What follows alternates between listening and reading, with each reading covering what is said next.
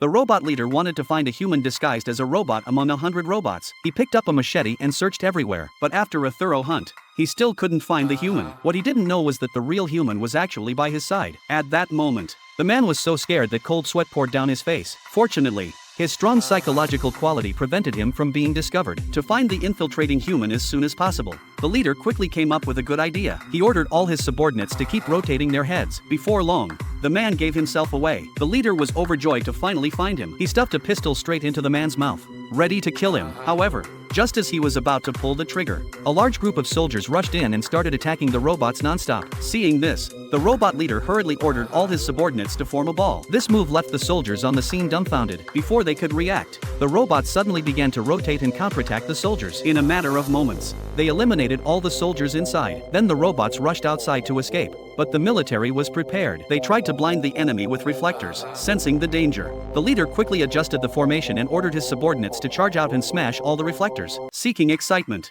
a couple prepared for a romantic trip to Antarctica. En route, they spotted an isolated island adrift in the ocean. Overwhelmed by curiosity, they decided to explore it. Brimming with anticipation for the adventure, unaware that danger was silently approaching. As soon as they landed, Benny couldn't contain his excitement. But as they ventured deeper, they realized it was a desolate, uninhabited island. The scenery fell far short of their expectations. Instead of beauty, it was a barren landscape of mountains. When they reached the other side, they suddenly discovered an abandoned base. Laura guessed it had once been a whaling station, identifying the purpose of various equipment by their appearance. Yet now, it was a deserted ruin, with only the distant, rolling icebergs offering any semblance of beauty. The couple relished the isolation, enjoying a moment free from the world's disturbances. But soon, dark clouds gathered, accompanied by thunder and lightning. By the time they tried to return, it was too late. Huge waves and howling winds made progress impossible, and their boat rocked perilously in the storm. They had to retreat to the whaling station for shelter. The next day, when they prepared to leave, they were horrified to find their yacht had vanished without a trace. Benny was confused. He'd clearly anchored it the day before. With no choice, they boarded a rubber dinghy and circled the island in search of the yacht. But Benny soon had to shut off the engine. The dinghy's fuel was almost exhausted. As they drifted,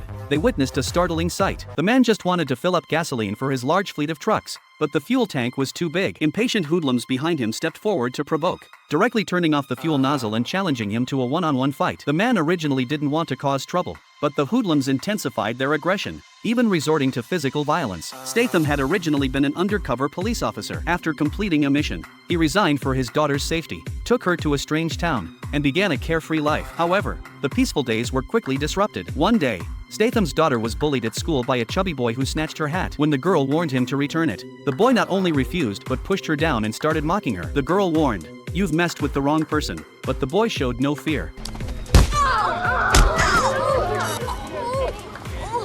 Soon, Statham was called to school by the teacher. When the boy's mother saw Statham, she immediately launched into a stream of insults, but he ignored her. After understanding the situation from the teacher, he prepared to leave with his daughter. Unexpectedly, the boy's mother remained relentless, continuing to berate Statham outside and egging on her husband, Curly, to teach him a lesson. However, considering they were neighbors, Statham didn't want to escalate the matter. Yet from the woman's fierce gaze, he could tell she was no ordinary person. That night, the woman found her brother, Savage Biao, and asked him to step in and teach Statham a lesson. A girl got up to pull the curtain, just as a drunk man entered the room. The girl, whose figure was exposed, had no idea how horrifying the next events would be. She put on her coat and lay back beside her boyfriend. But the next moment, the drunk yanked open the curtain, followed by several other men, all security guards from the drilling site. Living in a remote, barren area for years and fueled by alcohol, this group was emboldened to teeter on the edge of crime. While their co-workers watched the commotion with gleeful indifference, the girl's boyfriend couldn't bear it anymore and kicked the drunk off the bed. To everyone's surprise,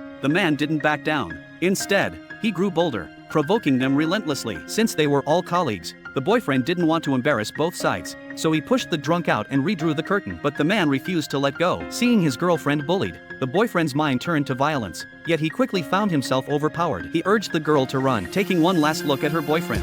She dashed out to find the police. However, in this desolate, snowy mountain region, there was no signal and no roads. To find help, she'd have to run at least 10 miles, with temperatures dropping below -10 degrees Celsius and her injured body. Escaping this snowy expanse seemed impossible. The old man casually threw in a few red beans, unexpectedly. Once the red beans entered the pot, They became more powerful than bullets. The old woman saw this and gave a scornful smile, because she didn't take such tricks seriously at all. She pushed hard with both hands, and the fire suddenly surged. As the soup in the pot kept boiling, the next second, it transformed into a red wolf charging toward the old man. The old man wasn't flustered at all. He quickly fanned the flames, accelerating the boiling, then sprinkled a handful of soybean skins. At this moment, the red wolf stood up, ready to leap into the white soup, but a huge bird suddenly soared into the air from the water surface, kicking the red wolf back with one foot. The old woman instantly grew angry and directly sprinkled a handful of chili peppers into the pot. The next second, several tigers leaped up and charged toward the old man's white soup again. As lilies were added to the pot, a beautiful white crane materialized, instantly killing one tiger head-on. The other tigers took advantage of the moment and sneaked into the white soup. Just when everyone thought the old man was about to be defeated, the white crane stood up again, using its pure white wings to fan all the tigers back. However, the enraged woman poured the last ingredients into the pot, and the frying pan boiled again. A giant Godzilla appeared. A girl with an unplanned pregnancy knocks on a black man's door. He's shocked to see her, but she shrugs casually. Surprise!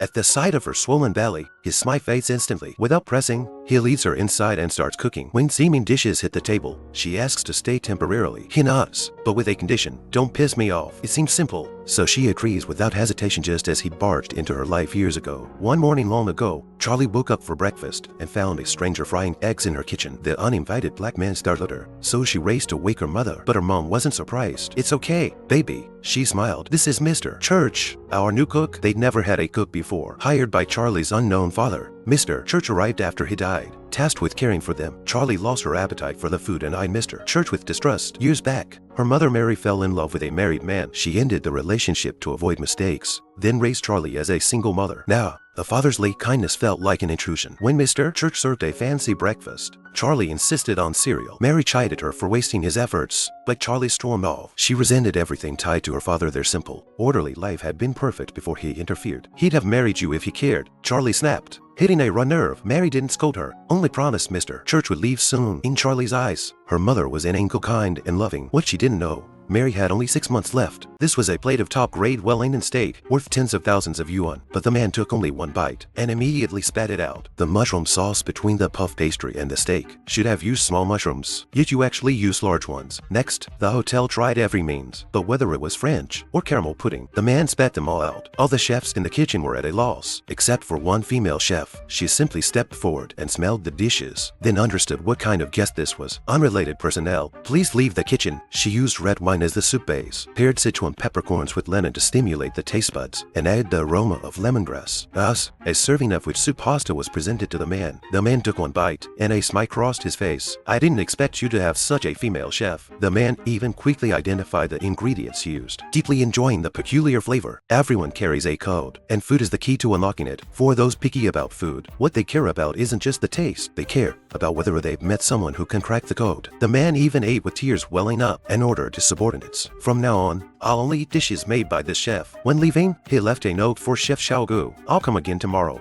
This man cooked for the first time, but unexpectedly displayed astonishing knife skills. Ike wielded the kitchen knife at incredible speed, and ingredients instantly turned into fine threads. Then, he carved a lifelike chicken with his blade. In less than half a minute, he prepared a plate of exquisite sushi. When the dishes were served, the guests were stunned. His sushi slices were almost as thin as paper, and every dish he made was extraordinarily beautiful. As a result, the restaurant quickly became extremely popular, with customers always lining up at the entrance. However, no one knew that this man was actually a professional hitman. Just a few days earlier, after completing a mission, he found blood on his hands and decided to take a bath at a public bathhouse. He accidentally stepped on soap, slipped, and fainted. To make matters worse, his wallet was swapped with someone else's. When he woke up in the hospital, he had lost his memory, had no money in his pocket, and couldn't even pay the medical bills. Fortunately, he met a kind woman who not only paid his medical fees, but also took him home. Meanwhile, the man who stole his identity drove the hitman's car and recklessly squandered wealth that didn't belong to him. A few days later, the amnesiac man also arrived at the mansion. He was overjoyed, but when he turned on the TV, the screen left him completely stunned. Due to copyright issues, I can only tell the story up to here. Thank you for watching. Movie is called